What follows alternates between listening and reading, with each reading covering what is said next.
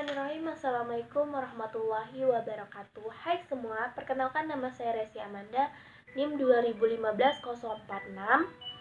Saya akan menceritakan kisah seorang nabi untuk memenuhi tugas ujian akhir semester dari mata kuliah tafsir pendidikan. Di sini saya mengambil kisah Nabi Musa alaihissalam. Kisah Nabi Musa alaihissalam, pada masa itu Nabi Musa ini yang masih bayi dihanyutkan oleh ibundanya ke sungai Nil. Mengapa? Karena pada masa Nabi Musa ini hiduplah seorang raja yang bernama Raja Fir'aun.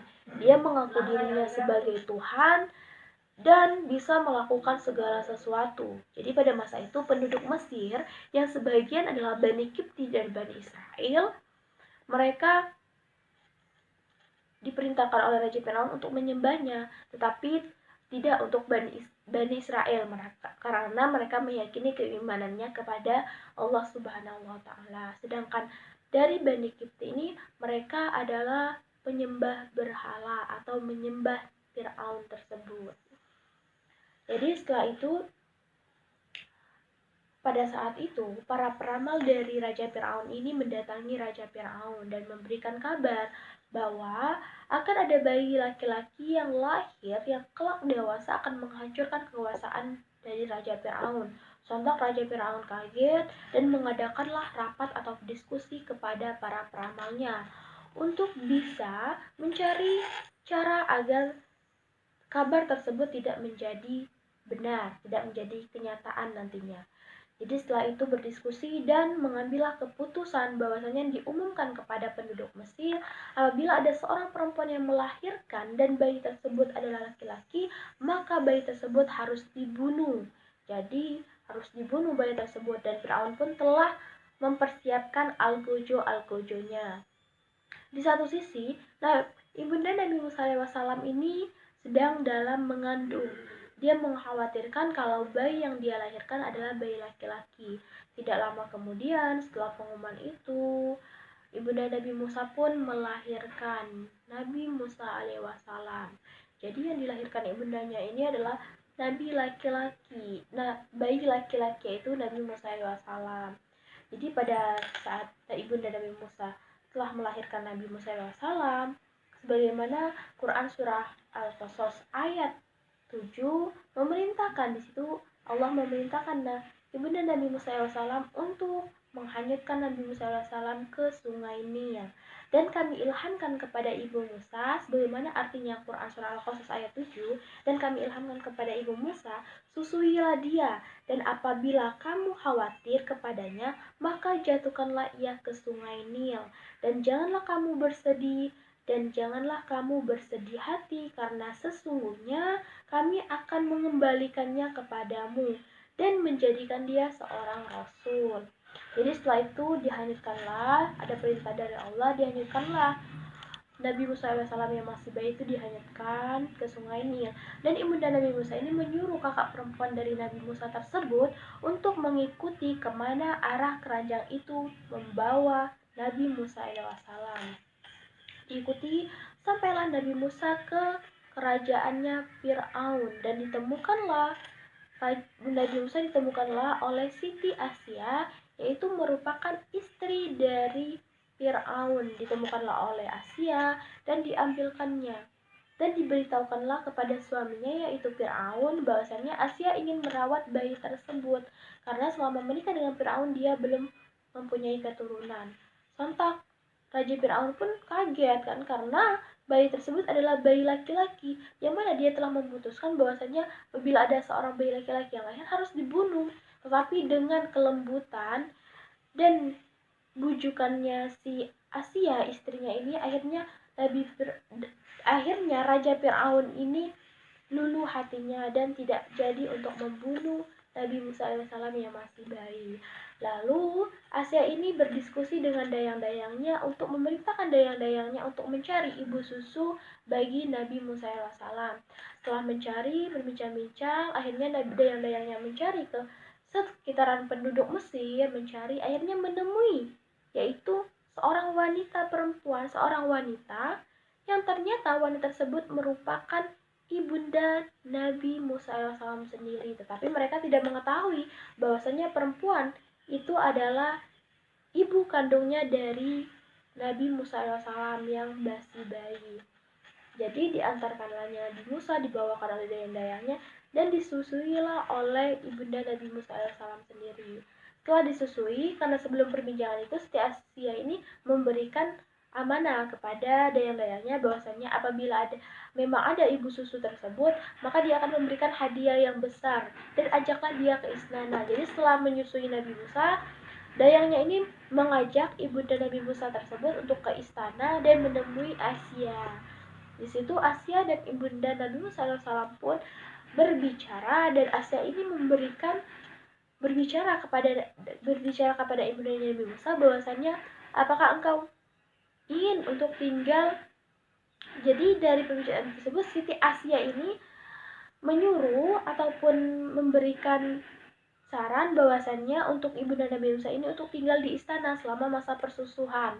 Tetapi ibunda Nabi Musa ini menolak karena dia mempunyai keluarga di rumahnya yang harus dia urusi kan.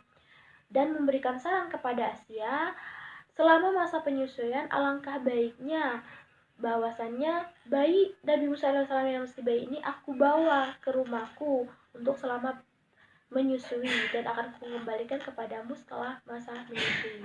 Jadi setelah itu menyusui, jadi Nabi Musa alaihissalam ini dibawa lagi oleh ibundanya sebagaimana Quran surah Al-Qasas ayat 13 yang menyatakan, maka akan kukembalikan kepada ibundanya supaya senang hatinya, supaya tidak berduka cita, dan supaya dia mengetahui bahwa janji Allah itu pasti. Jadi dari Quran surah Al-Qasas ayat 13 ini dijelaskan bahwasannya Nabi Musa itu dikembalikan karena pada saat itu ibunda Nabi Musa sendiri yang menyusui Nabi Musa alaihissalam. Jadi selama masa penyusui itu berlangsung, Nabi Musa alaihissalam tinggal bersama ibu kandungnya sendiri.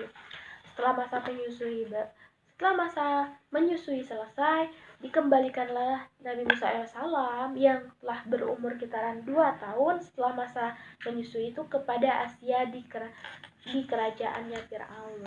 Jadi setelah sudah selesai dari masa menyusui, langsung kita lanjut masa kekanak-kanak. Jadi masa kekanak-kanak Nabi Musa ini pada suatu ketika Nabi Musa sedang bermain di suatu ruangan di kerajaan Fir'aun. Fir'aun dengan Asia mendatangi Nabi Musa dan Asia.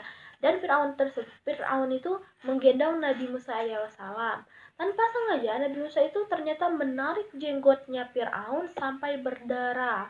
Jadi sontak Fir'aun langsung melepaskan gendongannya, melepaskan Nabi Musa alaihissalam dan marah, ingin sekali untuk membunuhnya.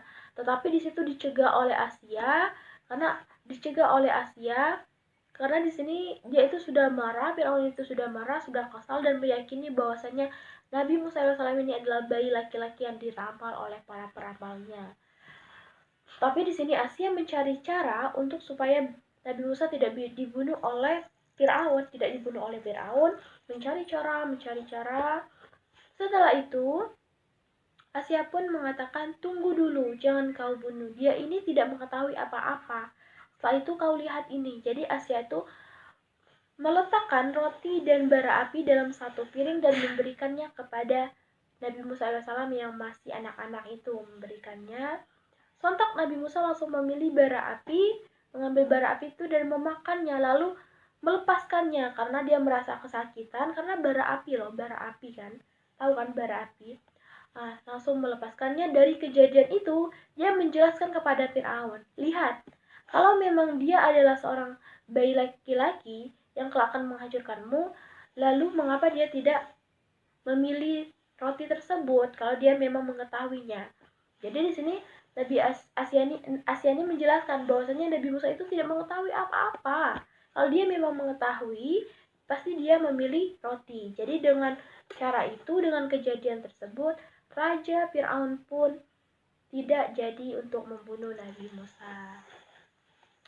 Setelah itu, sebagaimana dalam Quran surah Al-Qasas ayat 20, ayat 14 dan 20 ini Nabi Musa telah tumbuh dewasa ya. Dia dirawat oleh Asia di kerajaannya Firaun telah tumbuh dewasa. Dia tumbuh menjadi anak yang cerdas dan mengetahui bahwa ia itu bukan keturunannya Firaun, bukan anaknya Firaun dan Asia, melainkan dia merupakan anak yang berasal dari Bani Israel. Setelah pada saat itu Nabi Musa alaihissalam ini berjalan-jalan di kota Mesir, berjalan-jalan, dan dia menemui ada dua orang laki-laki yaitu dari Bani Israel dan Bani Kipti yang bertengkar, yang melakukan perkelahian, yang bertengkar. Pada saat itu pria dari Bani Israel ini meminta tolong kepada Nabi Musa, tolong aku. Jadi sontak Nabi Musa karena dia orangnya peduli, rasa tolong menolongnya tinggi, dia menolong Bani Israel tersebut. Dia tidak sengaja, Nabi Musa SAW ini ingin mengelar supaya mereka tidak bertengkar. Jadi dia itu mendorong pria dari Bani Kipti itu, mendorongnya, ternyata sampai terjatuh. Tidak lama terjatuh itu meninggal lah. Jadi langsung meninggal, sontak langsung meninggal. Jadi Nabi Musa itu kaget. Dia merasa dia yang membunuh pria yang berasal dari Bani Kipti tersebut. Dan setelah kejadian itu, Nabi Musa pun memohon ampun kepada Allah Subhanahu wa taala, dan Nabi Musa pun hijrah dari kota Mesir ke kota Madian. Nah, setelah dia itu hijrah nih, Nabi Musa pergi dari kota Mesir, berjalan. Pertama dia tidak mengetahui bahwasanya itu kota Madian. Berjalan sampailah ia di kota Madian. Yang mana pada saat dia sampai di kota Madian itu, dia menjumpai ada segerombolan domba, banyak domba, ada juga pengembalanya yang sedang memberikan minum kepada domba-dombanya, mengelilingi sumur. Dan dia melihat di sebelahnya ada dua orang perempuan yang sepertinya menunggu giliran. Jadi dia menanyakan kepada dua perempuan tersebut, kenapa engkau tidak memberikan dombamu minum?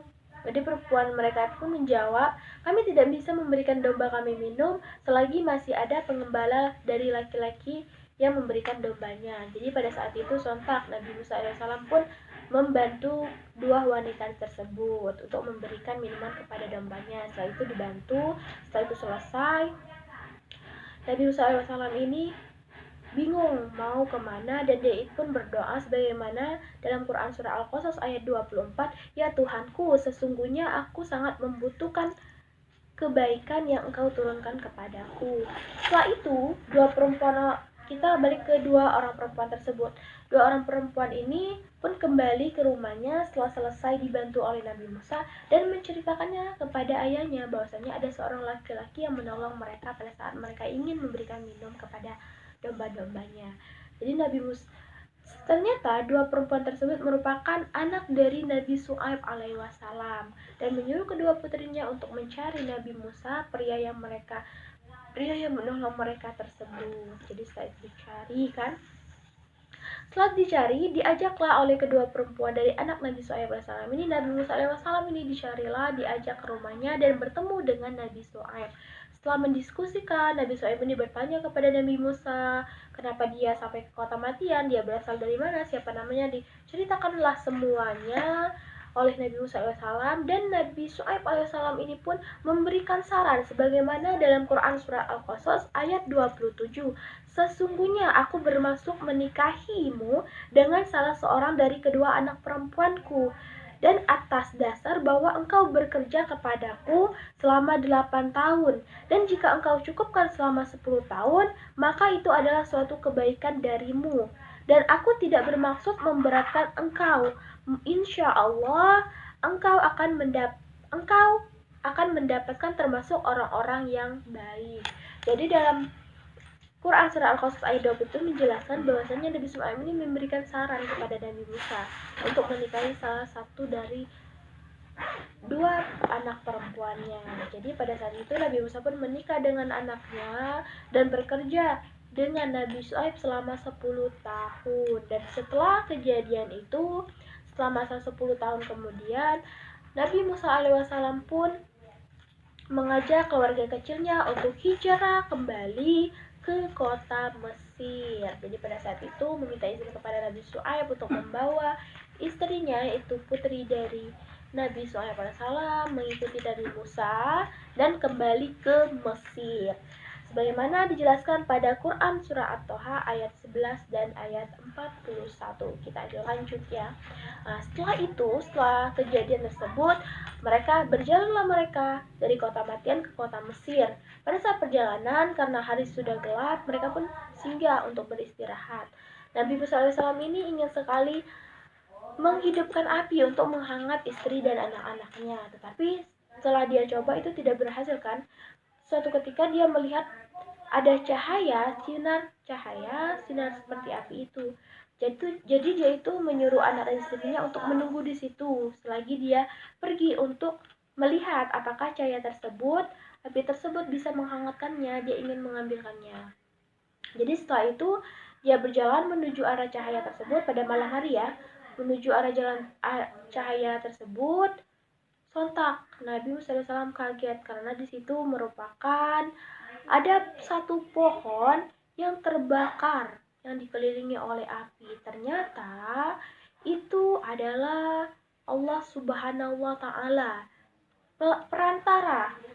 Jadi Nabi Musa SAW ini memiliki keistimewaan bisa berbicara dengan Allah Subhanahu wa taala sebagaimana dalam Quran surah At-Toha ayat 11 dan 41 menjelaskan perjalanan Nabi Musa dari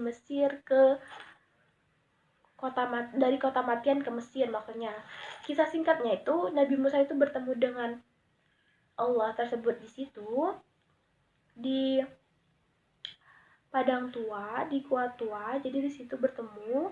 Setelah itu Nabi Musa AS di situ pun Nabi Musa AS mendapat mukjizat yang berupa tongkatnya bisa menjadi seekor ular yang besar dan dari tangannya Allah tuh kan memerintahkan Nabi Musa itu untuk memasukkan kedua tangannya ke dalam baju. Setelah dikeluarkannya tangan Nabi Musa di dalam baju tersebut, maka keluarlah cahaya dari tangan Nabi Musa AS. Itu merupakan mukjizat dari Allah yang diberikan kepada Nabi Musa AS. Dan pada malam itu juga Nabi Musa AS diangkat oleh Allah Subhanahu Wa Taala menjadi seorang rasul. Jadi setelah kejadian itu kan selesai keesokan harinya, dan pada saat itu pun Nabi Musa AS ini diperintahkan oleh Allah karena dia sudah menjadi rasul untuk mendakwa ajarannya, menyebarluaskan ajarannya kepada penduduk Mesir termasuk Fir'aun. Dan Nabi Musa pun berdoa karena dia memang tidak bisa, dia ingin meminta kepada Allah bahwasannya keinginan Nabi Musa ini bahwasannya dia ingin saudaranya dari Nabi Harun untuk sama-sama berdakwah karena Nabi Musa ini punya saudara itu Nabi Harun alaihissalam. Jadi Nabi Harun alaihissalam ini pun juga dia diangkat menjadi nabi dan untuk mendampingi selama masa pendakwaan yang dilakukan oleh Nabi Musa alaihissalam. Jadi setelah kejadian itu Nabi Musa alaihissalam telah menjadi seorang rasul dan mereka pun sampai keesokan harinya mereka melanjutkan perjalanan dan sampai ke kota Mesir. Mau tahu cerita selanjutnya? Kita masuk ke cerita Nabi Musa AS sudah sampai di kota Mesir. Oke. Setelah Nabi Musa AS telah sampai ke kota Mesir, dia mendakwai ajaran Allah Subhanahu wa taala. Tetapi Bani Kipti tidak mempercayai, apalagi Fir'aun. Jadi pada saat itu dia mendatangi istananya, dan Firaun ini sontak tidak kenal dengan Nabi Musa. Jadi dia menanyakan kepada Harun, "Wahai Harun, siapa yang engkau bawa di sampingmu?" Ini adalah Musa. Dia yang engkau rawat dengan Asia selama itu. "Oh, ternyata engkau Musa yang aku rawat itu," kan Firaun. Ya, berbahasa kitanya kan. Jadi setelah dirawat itu mendakwai tetapi tidak percaya dengan ajaran yang dibawa oleh Nabi Musa sebagaimana Quran surah Taha ayat 41 menjelaskan pada masa itu bahwasannya pengangkatan Musa sebagai rasul. Terus Quran surah Asy-Syura ayat 20 ini kebaikan Fir'aun selama mengasuh Nabi Musa tidak sebanding dengan penyiksaan Fir'aun kepada Bani Israel. Jadi pada saat Nabi Musa AS telah sampai di Mesir, dia mengetahui bahwasannya dari Bani Israel ini ditekan, dijadikan pekerja keras oleh Firaun, membangun suatu patung yang besar yang diperintahkan oleh Firaun.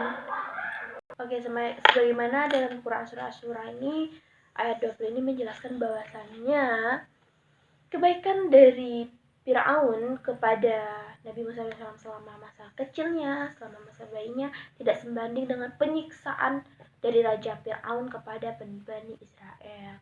Jadi setelah berdakwah, Firaun dan Bani Kipti ini tidak percaya dengan adanya Allah Subhanahu wa taala. Setelah pada saat itu datanglah ke kerajaannya Raja Firaun kan. Terus Nabi Musa dan Nabi Harun ini mendatangi kerajaan Raja Firaun, mengajak mereka untuk berdakwah kepada Allah, tetapi tidak berhasil. Sontak Nabi Musa AS langsung menjatuhkan tongkatnya yang seketika berubah menjadi ular dan memasukkan tangannya ke dalam baju, terus mengeluarkannya. Seketika itu keluarlah cahaya. Jadi di situ tuh Nabi Musa AS menjelaskan bahwasanya ini loh mukjizat yang diberikan Allah Subhanahu wa taala kepada Nabi Musa, dan mengatakan bahwasanya Nabi Musa alaihissalam ini merupakan rasul, utusan dari Allah yang diperintahkan untuk menyebarluaskan ajaran Islam. Tapi mereka tidak mempercayainya. Malahan Raja Firaun ini menantang Nabi Musa alaihissalam untuk melawan para penyihir kerajaan. Jadi keesokan harinya datanglah pada suatu ketika dikumpullah seluruh penduduk Mesir untuk menyaksikan perlawanan antara para penyihir Firaun dan Nabi Musa. Jadi seketika itu penyihir Firaun itu langsung melemparkan tali yang dijadikan menjelma menjadi segerombolan ular-ular kecil untuk melawan Nabi Musa AS. Lalu Nabi Musa menjatuhkan tongkatnya, seketika itu langsung berubah menjadi ular yang besar, lalu langsung dimakanlah ular-ular kecil yang dari penyihir kerajaan Firaun tersebut. Ketika penyihir itu melihatnya, sontak mereka kagum dan langsung mempercayai bahwasannya Nabi Musa ini memang adalah Rasul utusan Allah Subhanahu wa taala untuk menyebarluaskan kebaikan. Setelah itu, jadi Firaun ini tidak terima loh para penyihirnya beriman kepada Allah Subhanahu wa taala, karena pada saat itu juga penyihir itu langsung mengatakan bahwasannya, ya Musa, kami beriman kepada Tuhanmu, yaitu Allah Subhanahu wa taala, dan mengikuti ajaranmu. Jadi setelah itu, singkat cerita, setelah kejadian itu, tetap Raja Fir'aun dan para penduduk itu tidak mempercayai Nabi Musa. Lalu Nabi Musa AS berdoa kepada Allah. Lalu diturunkanlah azab pertama, yaitu kemarau yang panjang. Dari kemarau yang panjang ini terdapat pada surat Al-A'raf ayat 130. Kemarau yang panjang. Setelah kemarau yang panjang, jadi mereka ini, Fir'aun ini tidak bisa kan, karena memang dia bukan Tuhan, jadi tidak bisa. Jadi para peramalnya ini memberikan saran bahwasanya ada salah satu cara yang belum kita lakukan, yaitu meminta bantuan kepada Musa. Jadi meminta bantuan kepada Musa, Nabi Musa pun berdoa kepada Allah, lalu langsung diturunkannya hujan. Jadi kemarau yang panjang itu telah berlalu, selesai.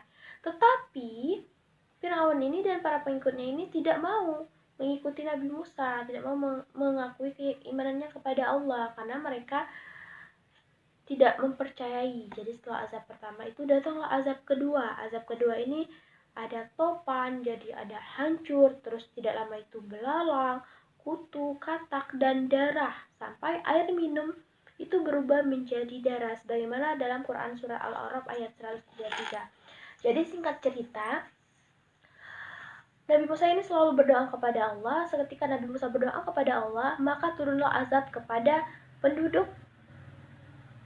Fir'aun. Jadi kepada Fir'aun dan pengikut-pengikutnya keluar Allah turunkan azab. Tapi seketika itu Fir'aun ini selalu meminta bantuan kepada Nabi Musa dengan menjanjikan bahwasanya apabila Nabi Musa bisa mengusir semua permasalahan, kayak misalkannya darah tadi kan, mengusir semua permasalahan, azab yang diturunkan Allah itu, Nabi Musa itu bisa menyingkirkannya, maka mereka akan beriman kepada Tuhannya Nabi Musa, yaitu Allah Subhanahu wa taala. Tetapi setiap Nabi Musa membantunya, mereka tidak beriman. Jadi pada saat itu pun dari Bani Israel ini, intinya Fir'aun dan para pengikutnya tidak beriman, hanya membodoh-bodohkan Nabi Musa supaya bisa menyelamatkan mereka dari azab Allah Subhanahu wa taala. Dari situ pun setelah singkat cerita, sebagaimana Quran surah Asy-Syurah ayat 52 dan 68 dijelaskan bahwasanya Allah memerintahkan Nabi Musa dan Bani Israel untuk pergi meninggalkan Mesir sampai ke laut mereka. Jadi sampai ke laut merah. Jadi pada saat malam itu, singkat cerita, setelah azab itu selesai dikasih Allah, setelah azab yang diturunkan Allah kepada Fir'aun dan para pengikutnya, Nabi Musa ini diperintahkan oleh Allah Subhanahu wa taala untuk meninggalkan Mesir. Nabi Musa pun berbincang-bincang kepada pengikutnya bahwasanya malam ini kita akan pergi dari Mesir, karena kalau kita pergi pada siang hari maka kita akan diketahui oleh Fir'aun dan para pengikutnya. Jadi seketika itu mereka pergi dari Mesir pada malam hari. Setelah keesokan harinya, Fir'aun mendapatkan kabar bahwa Musa dan para pengikutnya telah tidak ada di Mesir, telah pergi.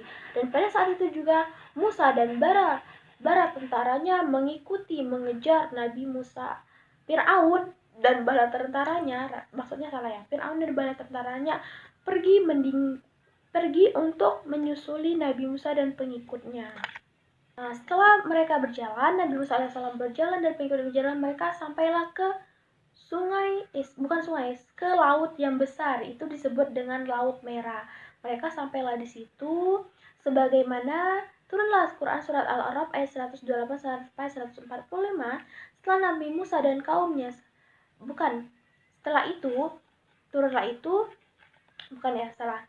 itu mereka sampailah ke tepi sungai,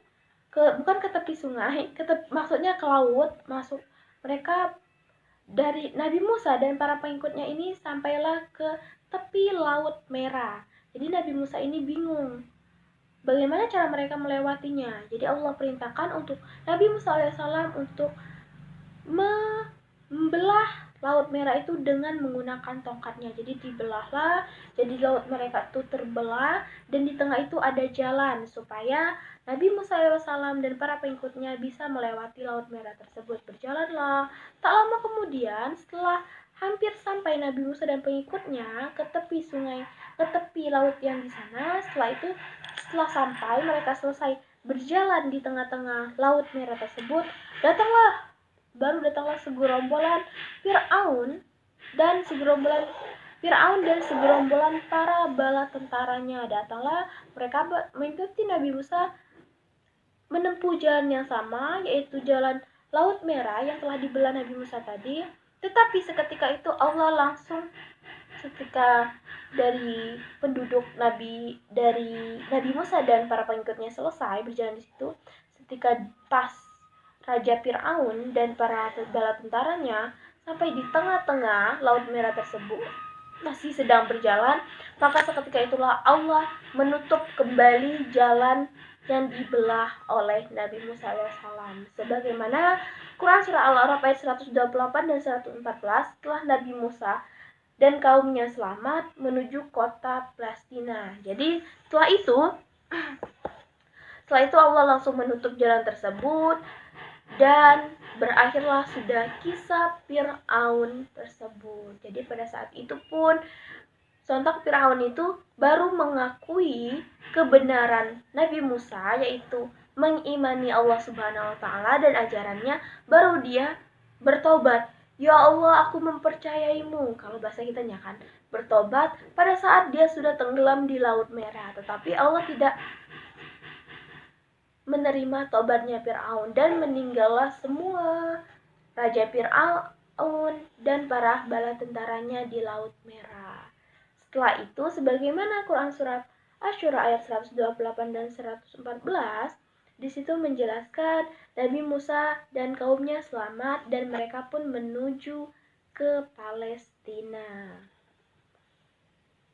Jadi telah selesai. Baiklah, Mungkin cukup sekian kisah Nabi Musa yang saya sampaikan. Apabila ada kata-kata yang salah, itu berasal dari saya. Saya minta maaf dan mohon ampun kepada Allah. Hazamini syukron. Dadah. Wassalamualaikum warahmatullahi wabarakatuh.